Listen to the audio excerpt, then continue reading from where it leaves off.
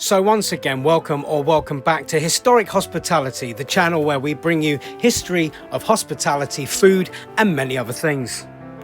We really do appreciate your support, so do drop the video a like, hit the notification bell so you don't miss an episode, and please do subscribe, we really appreciate it. So I was recently asked to do this documentary about the history of the cream tea and more specifically scones and cream itself. So do take a look at the channel as we previously did a documentary about the history of afternoon tea. So without further ado, let's get on with it. The origins. Every bite of a scone with cream and jam tells a story. It's steeped in history and tradition and a touch of rivalry. This beloved treat, often synonymous with British tea culture, has a surprisingly layered origin. But how did the humble scone evolve into the iconic pairing with clotted cream and jam? To understand, we need to travel back to the windswept moors of Devon and Cornwall. This is where the dairy farms produced rich clotted cream, and how I love clotted cream. But they produced it and it would become a central ingredient to this indulgence. It's here that the farmers and bakers combine their work and their local specialities, laying the groundwork for what would become a culinary classic. But over the centuries, debates over the right way to enjoy it, cream first or jam first, turned into a simple pleasure of phenomenal cultural divide. It went absolutely massive for many years and still to this day. But in this documentary, we're going to delve into the origins, the traditions and the modern day significance of scones with cream and jam, uncovering how this combination transcended time to become a beloved symbol of comfort, elegance and the quintessential British pastime. So yes, scones are a fabulous creation. I've loved them for as long as I can remember, as well as many people that I serve afternoon teas to on a daily basis. But they are delicate and they are not actually what you think. Stick around as we look into the creation. So going back in history, on the misty mornings of the rolling hills of Devon and Cornwall, a tradition was born. One that would weave itself into the very fabric of British culture. The scone, paired with clotted cream and sweet jam, became more than just a treat. It became a symbol of heritage, hospitality, and sometimes, as I've said, a heated debate. But where did this iconic pairing come from and how did it rise to fame?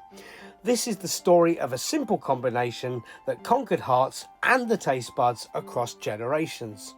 The history of scones with jam and cream is a mix of culinary evolution and regional pride, stretching back several centuries.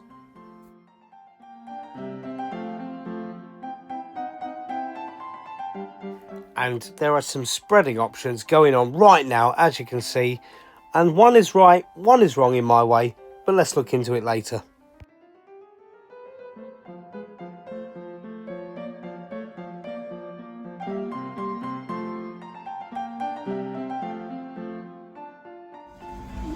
The stuff that dreams are made of. Lots of scones. If anybody can tell me anything better cake-wise than these, let me know. Please do. These little things have been so popular for many, many years. And these days they come in many different forms. But I've always been a fan of the original. Just the plain scone for me. And this is one of the best things ever made also. Clotted cream. The consistency, the taste is divine, and people think I'm strange when I eat some just as it is. It's like a little piece of heaven. Stunning. Creamy, the texture's just right. Clotted cream.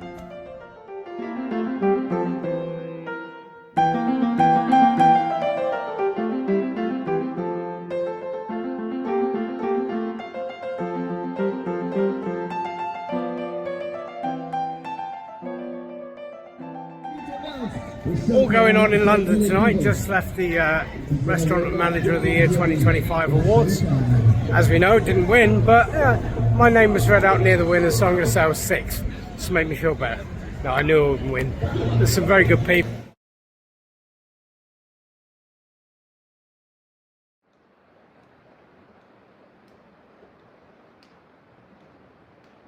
And welcome everybody to sunny Brentford. So we go back to the origin of the scone. The scone likely has its roots in Scotland, where it first appeared in the early 16th century. The word scone is believed to derive from the Dutch word schoenbrood, which is fine bread, or the Gaelic word scone, a shapeless mass or lump. Early scones were more like dense oat cakes, griddled rather than baked, and were a staple of the rural Scottish diet. By the 18th century, the introduction of leavening agents such as baking powder transformed scones into a lighter, baked version of what we know today. They became a fixture of the British tea time, popularised by Anna Maria Russell, the Duchess of Bedfordshire, who introduced afternoon tea in the mid-19th century. Clotted cream, a rich, thick cream made by gently heating full-fat cow's milk, has been produced in this region for over 1,000 years. Records from the 11th century suggest that clotted cream was already a prized local product, with early monasteries and farms perfecting its production. Jam entered the mix during the 18th century, thanks to the improved sugar refining process that made preserves far more accessible. Strawberry jam became particularly popular in Britain due to its sweetness and bright colour. This pairing beautifully with the creamy richness of clotted cream. So this leads us into the Devon versus Cornwall, and a passerby literally just had the same debate as I'm about to explain now. So while both regions claim to have originated the tradition, their methods differ. In Devon, the cream is spread on the scone first, followed by the jam. But in Cornwall, it's the opposite. The jam goes first, then the cream. Both methods gained traction in the 19th century, with recipes and mentions appearing in cookbooks and travelogues. The cream tea, as it became known, was best popularised and used by many farmers and travellers to showcase the abundance of the local dairy and fruit. By the Victorian era, the tradition had spread across Britain and beyond, becoming synonymous with luxury and leisure.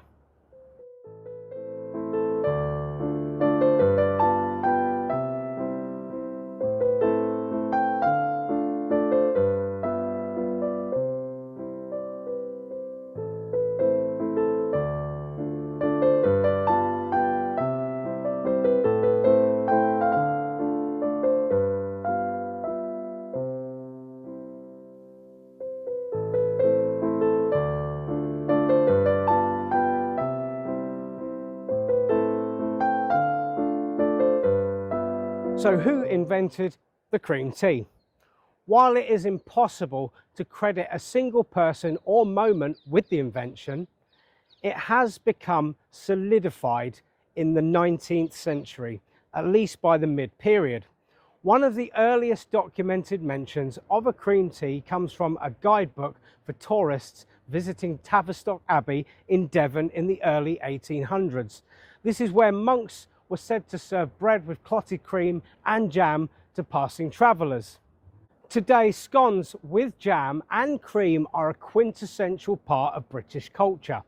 They're served in tea rooms at garden parties, during national celebrations, and the ongoing rivalry between Devon and Cornwall over the correct way to assemble them only adds to their charm, keeping the tradition alive and hotly debated. The scone with cream and jam is more than a recipe.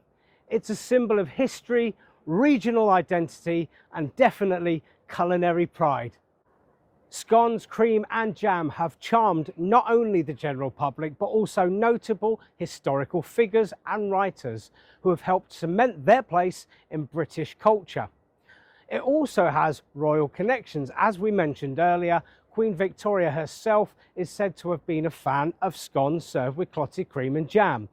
Afternoon tea was a tradition that she readily enjoyed. It was introduced to her, as we say, by Anna, Duchess of Bedfordshire.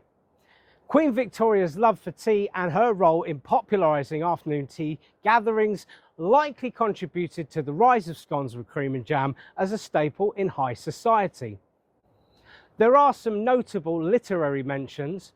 The poet Alfred Lloyd Tennyson and novelist Charles Dickens, both great lovers of the English countryside, mention cream teas and rural delicacies in their works and letters. While not only explicitly naming scones, their depictions of pastoral life helped romanticise tradition of indulgent English tea breaks. The role of Victorian and Edwardian cookbooks. Now, cookbooks from the Victorian and Edwardian eras began codifying recipes for scones, making them more accessible to the middle-class households. Mrs. Beeton's Book of Household Management, which was first published in 1861, was among the first to include a recipe for scones. This alongside detailed instructions for creating clotted cream. This book became a domestic Bible in Victorian Britain, influencing countless kitchens throughout the country and the empire.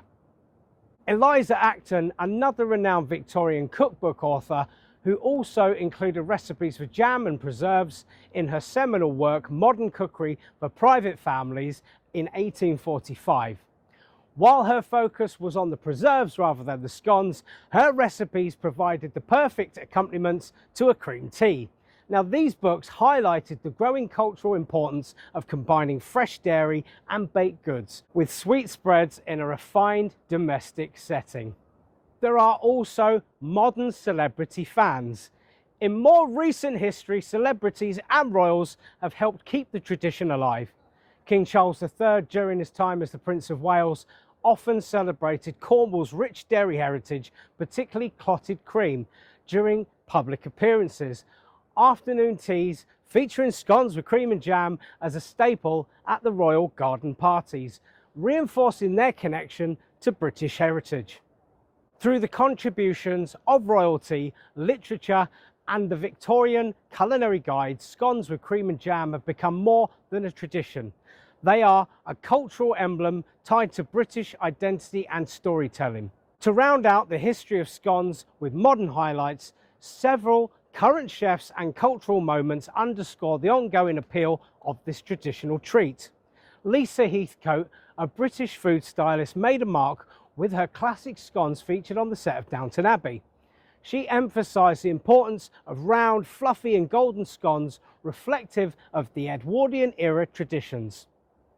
Her work on the show brought renewed interest to traditional recipes, cementing their cultural and historical relevance. Darren McGrady, a former chef to Queen Elizabeth II, has shared his insights on making the perfect scones, revealing that they were once a constant during the Queen's afternoon teas, even while she was travelling. His recipe and his techniques highlight the royal connection to this humble but essential item of British tea culture.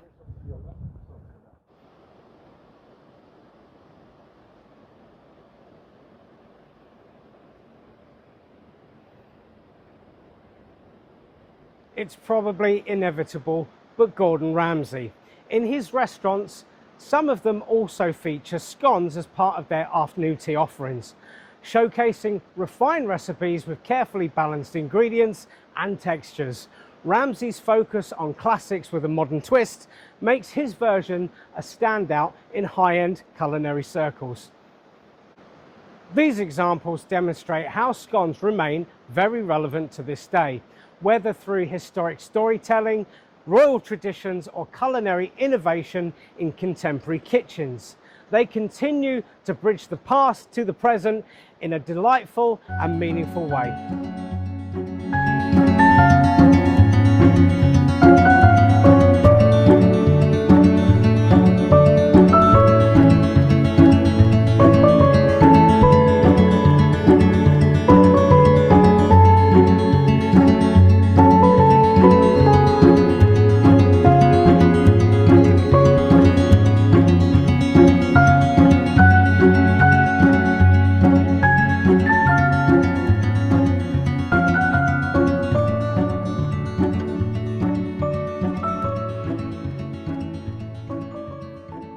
So the story of scones and jam with cream is more than a culinary tradition. It's a celebration of heritage, innovation and the simple joys of life. From their rustic origins in rural Scotland to their place in the heart of elegant afternoon teas, scones embody a timeless charm that bridges history and modernity. Today, the enduring appeal of scones is a testament to their versatility, warmth and the connection to shared moments. Whether enjoyed in a bustling hotel tea room or at cosy home table, they bring people together. This sparkling debate over cream first or jam first, but always an inspiring delight. An afternoon tea or a cream tea, as we're discovering today with its scones as a centerpiece, remains a ritual of indulgence and relaxation. It reminds us to pause, savor and celebrate the enduring magic of tradition, one perfect bite at a time. So here's to the scone, a simple creation that continues to leave a profound mark on the hearts and plates around the world. So thank you once again for joining me on this documentary about the cream tea. So I have left out the part about the tea because I will later on make a documentary about the history of tea, but a cream tea has a cup of tea with it. So do stick around, do like the video, subscribe. Thank you for your support and we'll see you in the next one. Take care. Goodbye.